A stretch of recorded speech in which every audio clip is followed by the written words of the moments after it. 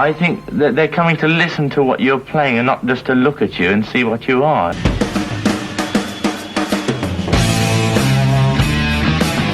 And Bonham was a hell of a powerhouse drummer. Bonzo was the best hard rock drummer ever.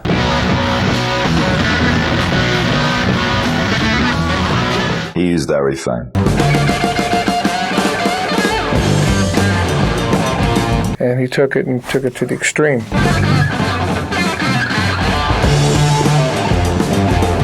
It's not what you are, it's what you're playing.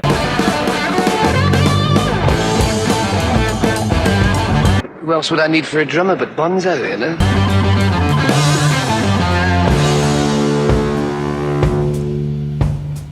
John Bonham is often treated as the gold standard of rock drumming.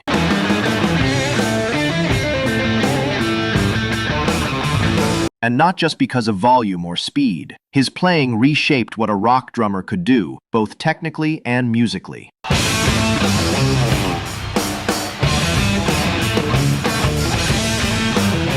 His drum tone, especially the tuning and attack, became part of Led Zeppelin's sonic fingerprint. You can often recognize a Bonham track within seconds.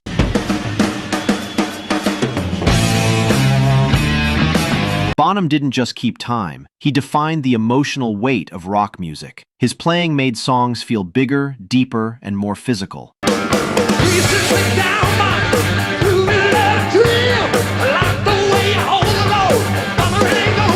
Jimmy Page is one of the best guitar players I've ever known, and Bonham was a hell of a powerhouse drummer. Although I think he's kind of heavy-handed myself, and that's where the lead comes in. Talk about love. Talk about love. Talk about... Influence across generations. From hard rock to metal to modern alternative, countless drummers have tried to emulate his sound. Yet few capture the same balance of looseness and authority. Bonham was born in 1948 in Redditch, England, and started playing drums as a kid, building his style largely by ear.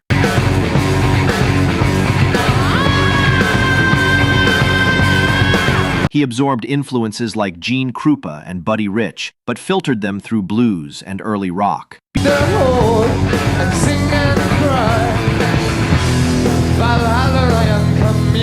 That's how it used to go, really. I mean, we had a kid then, so you'd end up having to get a job in the professional group to get a little bit of money to sort of live with, really.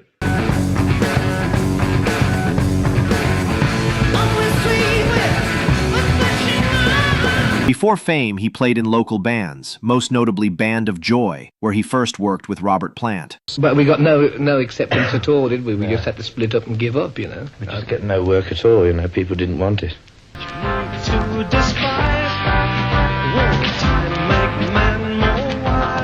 There was nobody really who was about to sit down and give it a chance, you know, because, I mean, it was still the days of a little less complicated music, you know. The music was a little more simple. And I know, well, if she had me back again, well, I would never make... That connection is what eventually led Jimmy Page to recruit him for a new band that became Led Zeppelin in 1968. I'd like to introduce Led Zeppelin to you. On bass guitar, John Paul Jones. John Paul Jones. On drums, John Bonham. Lead guitar, Jimmy Page. And myself, Robert Plant. We did a tour in Scandinavia as the Yardbirds, which Jimmy was under obligation. Calling yourself the Yardbirds? Well, he had to do it. It was a thing that was booked. When we first formed, we formed with Jimmy, and it was the new Yardbirds we were billed as then.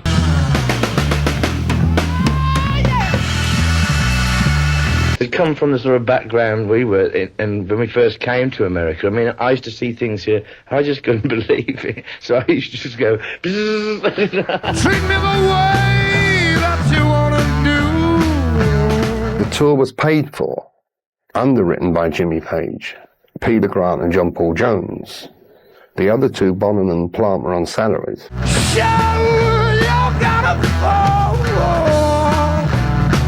There was 5 shows with the Vanilla Fudge. It was actually in the one in Oregon where I really realised. And during the drum solo, I was standing there with Jones here, and I just said to Jesus Christ, where did you find this guy?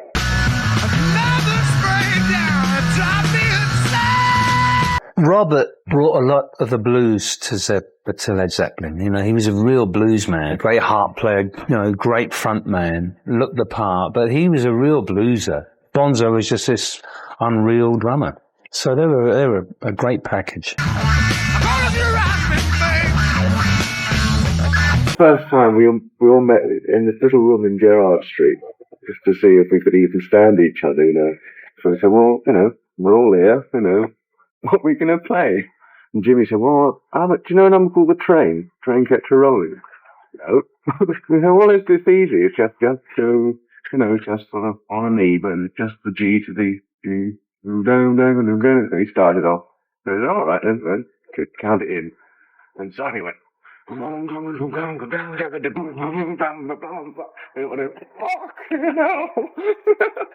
room exploded.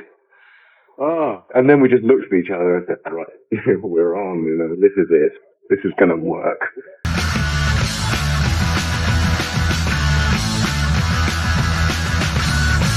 Bonham's style is instantly recognizable, built on a few defining traits: power without sloppiness,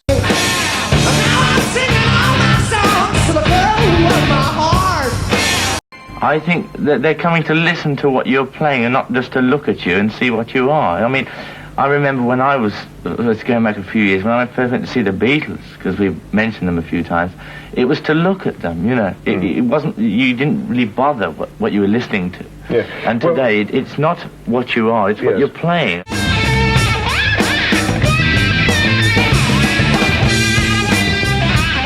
Well, Bonzo was the best hard rock drummer ever, hands down. I mean, no one comes within a mile of him.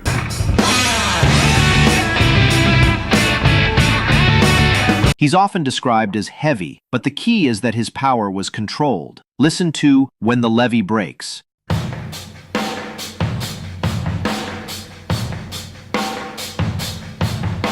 The groove is massive yet precise. Swing in a hard rock context.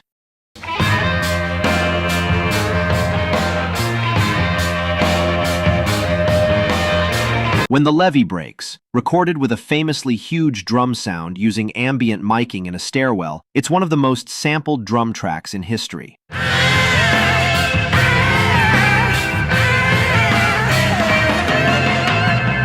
Unlike many rock drummers who play stiff, straight rhythms, Bonham had a deep swing feel. Even heavy tracks have a subtle looseness that comes from blues and jazz roots.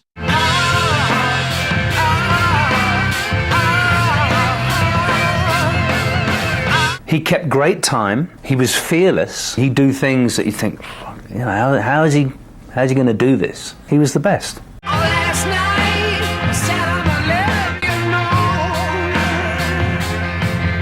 He used single bass drum patterns that sounded like double bass. His speed and articulation on the kick drum were ahead of his time.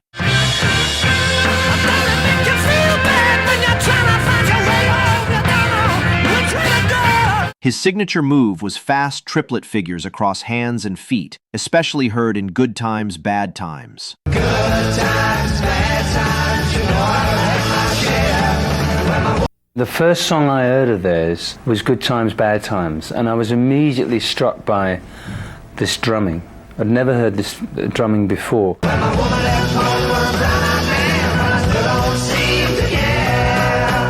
Being the drummer, first my attention went to John Bonham and his foot thing that he did in Good Times, Bad Times, which was at the time totally unique, had I thought that. Upon meeting him, he said to me that I got that from you. I said, I know, I don't do that. And he pointed out on the Vanilla Fudge album where I actually did it one time. And he took it to the extreme.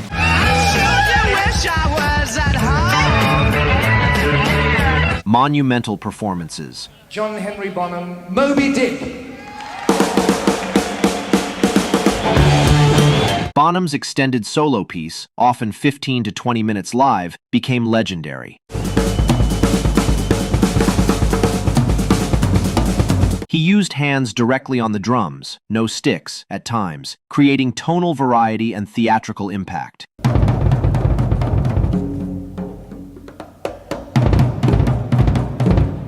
And by then I had gotten John his drum set, which is exactly like mine. It was a 226 bass drums with a big tom in the middle, 2 floors, and a big snare drum with a gong.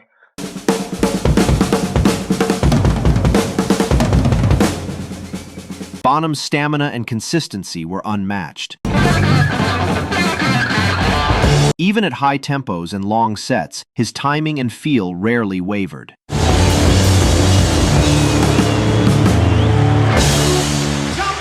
Kashmir, a masterclass in restraint and groove.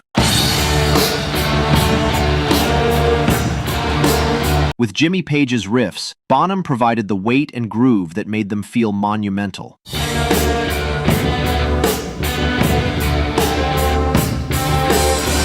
Bonham maintains a hypnotic, almost orchestral rhythm that drives the entire piece. A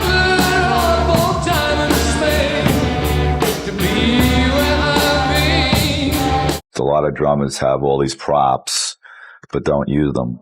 You know, they might hit it once a song. He used everything.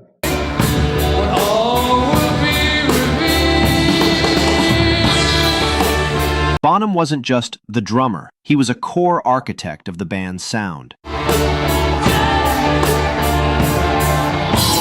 Despite his reputation, he wasn't constantly showing off. He played for the song, locking tightly with bassist John Paul Jones.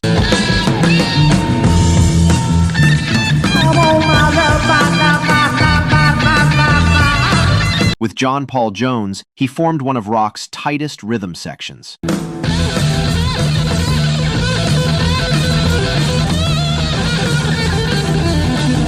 He also influenced arrangement. His rhythmic choices often shaped how songs evolved.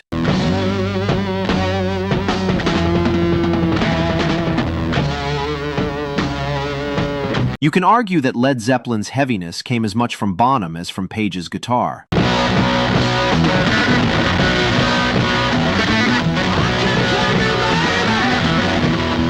The chemistry amongst the 4 of them.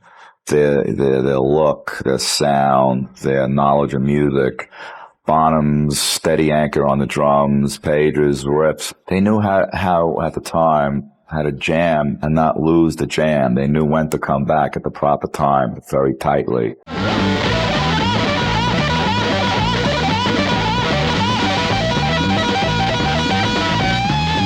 After Bonham's death in 1980, Led Zeppelin chose to disband rather than replace him. That decision alone speaks volumes about his importance. When he died, the band evaporated, and I think those guys just knew that you couldn't put anybody else in there and do what Bonham did.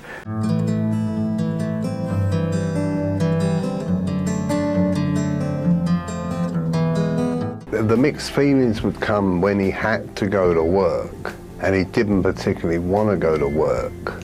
He wanted to be at home with his wife and maybe having the baby or something like that.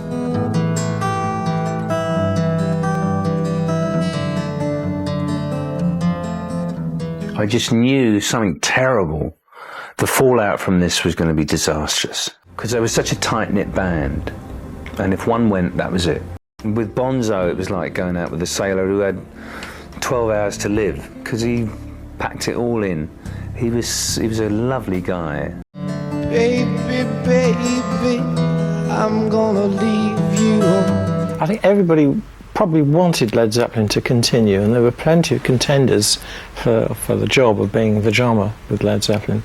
Cozy Powell, Carmine Apiece, people that could have played it, they could have done the gig, but it wouldn't have been the same because John Bonham was so special and his personality was so powerful. And of course, as I mentioned before, they were a team and they were friends, and you couldn't really replace him. And I think in retrospect, it was the best thing to do.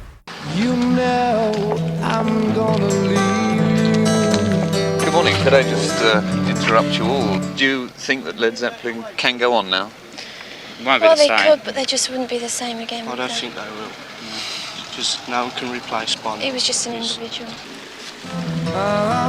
Leave you in the summertime. Part of my charisma is, is reliant on the other three, and the same with everybody else, We really get off on playing together. That's the whole secret of... I couldn't really go away and play with anybody else, because if I wanted to play, who else would I need for a drummer but Bonzo, And the same with Jimmy and Jonesy. I don't think it wouldn't be right. Bonzo was one of Robert's best friends from a very early age, so Robert was almost mortally wounded. He was wounded forever after. It took a big toll on Robert.